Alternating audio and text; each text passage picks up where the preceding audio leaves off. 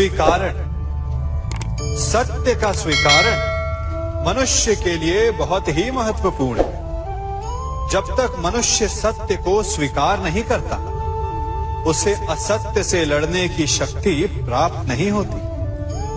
जब आप भोजन करते हैं तो क्या होता है? आपका पेट स्वीकारता है कि वो भर चुका है और आप भोजन करना बंद कर देते हैं। जब आपको निद्रा आती है तो क्या होता है? आपका मन स्वीकारता है कि आपका शरीर थक चुका है और उसे विश्राम की आवश्यकता है। उसी प्रकार जब आपको किसी व्यसन को रोकना हो तो आपको स्वीकारना पड़ता है कि बहुत हो चुका, चाहे वो लालच हो या मदिरापान। उस व्यसन का त्यागना तभी प्रारंभ होता है जब आप ये स्वीकार कर लेते हैं कि आप उस व्यसन के बंधक हैं। हम सब शीघ्र ही सफलता चाहते हैं, ढेर सारी संपत्ति और सुख चाहते हैं, और ऐसे में कई बार हम छोटे मार्गों का चयन कर लेते हैं। वो मार्ग जिनमें परिश्रम नहीं होता, जिनमें होता है तो केवल छल, कुटिलता और भाग्य का सहारा। जैसे कि जुआ। कोई जुए के खेल में धन लगाता है, कोई दांव लगाता है और ये भूल जाता है कि जुआ ऐसा दलदल है कि जिसमें एक बार गिरे तो सर्वनाश से पहले निकलना असंभव है। यदि आप जीते तो और जीतने की भूख बढ़ जाएगी, और यदि आप कुछ हार बैठे तो उसे पुनः पाने के लिए आप फिर से खेलेंगे। मनुष्य को ये आभास ही नहीं होता कि अपनी संपत्ति के साथ साथ वो अपनी मानवता, अपने संस्कार, अपना धर्म और अपना उत्तरदायित्व तक सभी जुए की भेंट चढ़ा देता है। इसलिए कुछ पाना है तो परिश्रम से पाओ।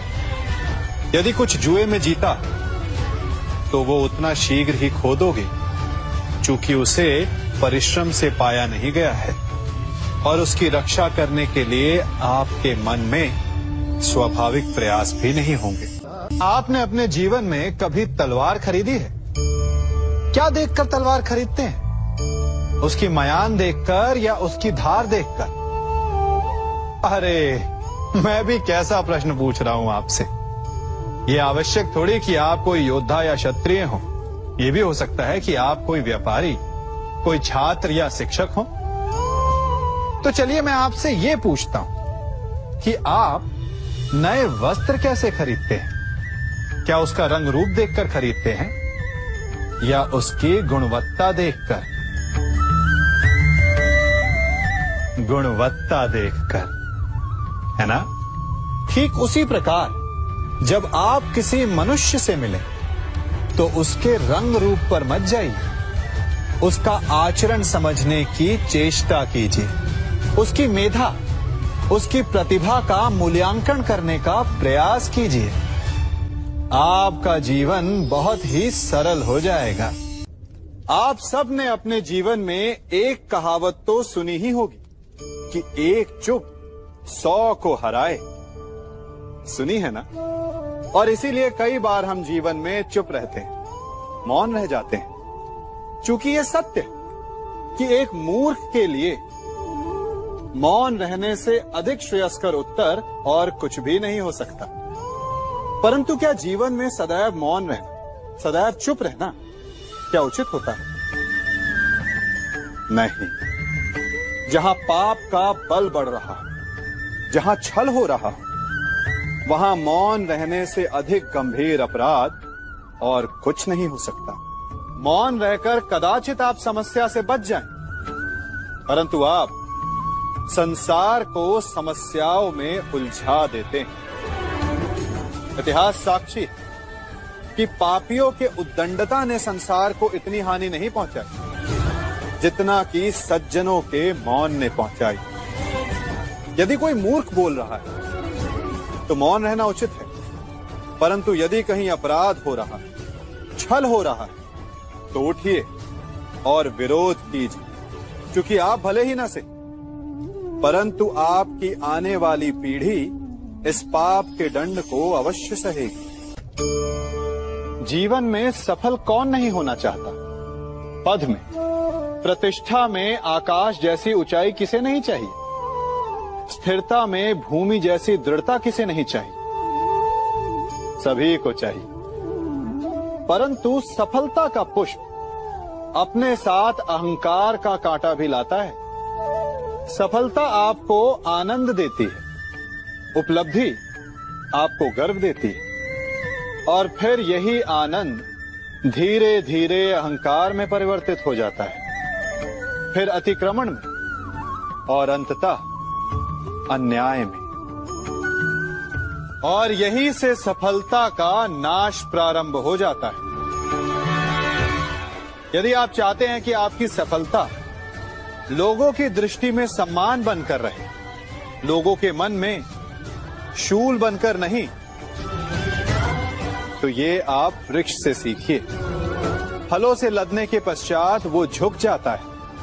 उसी प्रकार सफलता मिलने पर विनम्रता अधिक आवश्यक है, और जीवन में अधिक सफलता पाने के लिए या पाने पर और अधिक विनम्र हो जाना चाहिए। संसार का सबसे बड़ा पाप क्या है? असत्य बोलना, हत्या कर देना, चोरी करना या किसी का अपमान करना। संसार का सबसे बड़ा पाप है किसी निर्बल को सताना, और संसार का सबसे बड़ा दंड भी उस निर्बल के मुख से निकली हाय है। आप देख रहे हैं मैं क्या कर रहा हूं? मैं लौह पिघला रहा हूं, और ये लौह पिघलता है इस चमड़ी की बनी धोनकी से निकली हवा से। तनिक सोचिए, एक मृत पशु की खाल से बनी धोनकी इतने कठोर लोहे को भस्म कर सकती।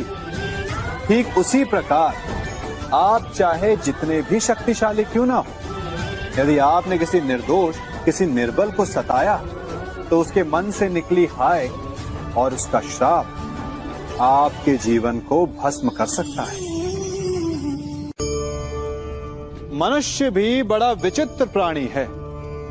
अपनों से नीचे के स्तर के लोगों को वो हे दृष्टि से देखता है, उनका उपहास उड़ाता है, उनसे बार बार कहता है कि तुम्हारा कुछ नहीं हो सकता, तुम भविष्य में कुछ नहीं कर पाओगे।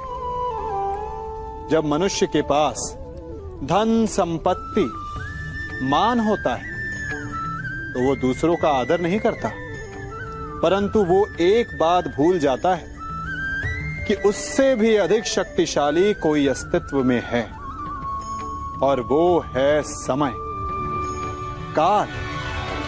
काल अपना चक्र कब बदलेगा ये कोई नहीं जानता। समय अपनी करवट कब लेगा ये कोई नहीं जानता। कोयला भी समय के साथ साथ हीरे में परिवर्तित हो जाता है। इसलिए जीवन में कभी भी किसी का भी उपहास नहीं उड़ाना चाहिए। कभी सोचा है हमारा जीवन भी उस रेत की घड़ी की भांति है? जो रेत नीचे गिर चुकी है वो हमारा अतीत है, जो अब भी ऊपर है वो हमारा आने वाला भविष्य है, और वर्तमान ये संकुचित स्थल है जहां से धीरे धीरे करके रेत गिर रही है। अर्थात हमारे पास जीने के लिए यही एक क्षण है। उसका उपयोग कैसे करना है ये हम पर निर्भर करता है। जो बीत गया उसका दुख मनाना है, या जो भविष्य में होने वाला है उसकी प्रतीक्षा में क्रोध करना है। सब कुछ करने के लिए यही एक क्षण है। प्रसन्न रहना है तो उसके लिए भी यही एक पल है। प्रतीक्षा करते रहोगे तो ये पल भी भूतकाल में बदल जाएगा। इसलिए आनंद के लिए, परोपकार के लिए प्रतीक्षा ना कीजिए। आपके पास जो पल है उनका भरपूर सदुपयोग कीजिए, क्योंकि इस घड़ी को पलटकर आप फिर से समय अवश्य गिन सकते हैं, परंतु अपना बीता हुआ समय आप वापस नहीं लौटा पाएंगे।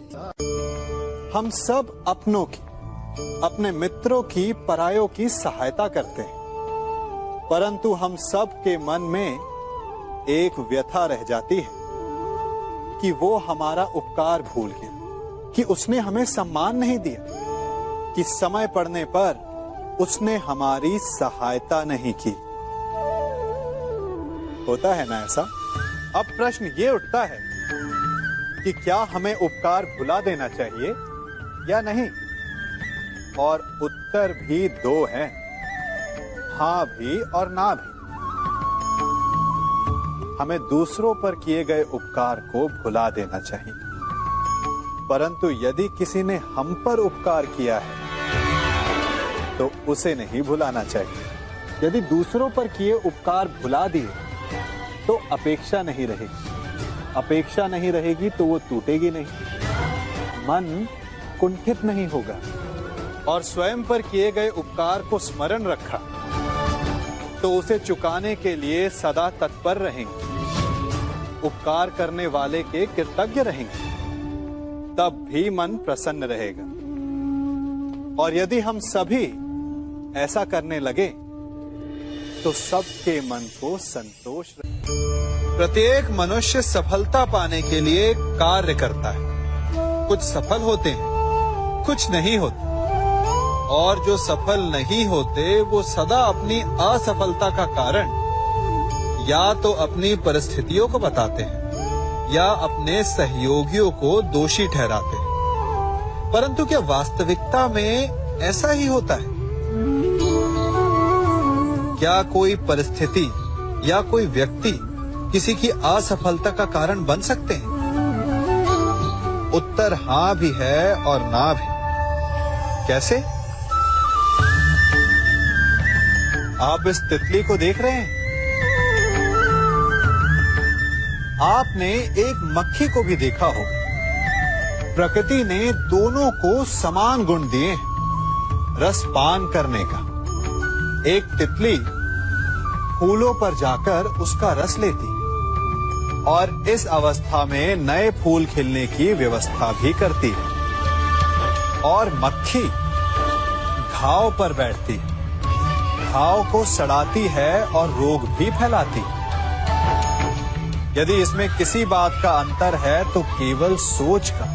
यदि आप उचित मार्ग चुनेंगे तो आपको सफलता मिलेगी, आप में उत्साह बढ़ेगा, और यदि आप अनुचित मार्ग चुनेंगे तो आपको असफलता मिलेगी, निराशा मिलेगी। अब उचित मार्ग चुनना है या अनुचित मार्ग, ये निर्णय तो आप पर निर्भर करता है।